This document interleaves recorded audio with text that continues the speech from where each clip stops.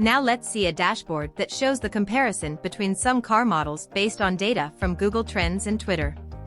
Through the dashboard editor, we can create dashboards in a simple and intuitive way.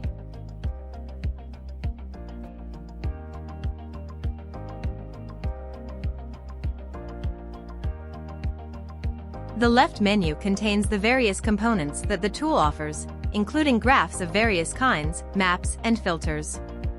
By selecting one or more models from the appropriate list box on the left and a period of time from the filter indicated above, we can check the number of times in the graph that a model or more models have been tweeted or searched for.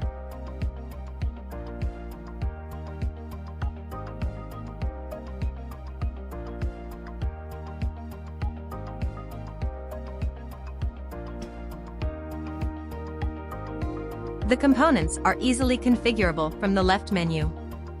Taking a previously prepared data structure as input, we can represent them graphically in a simple and fast way.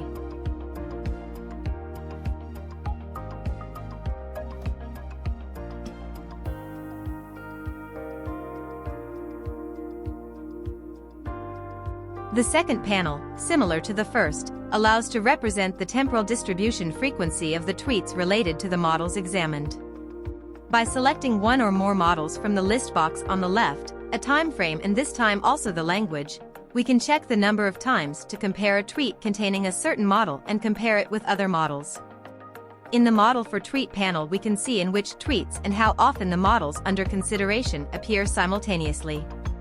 Using a grid, we display the text of the tweet, the publication date of the tweet, and the models that are present in the same tweet.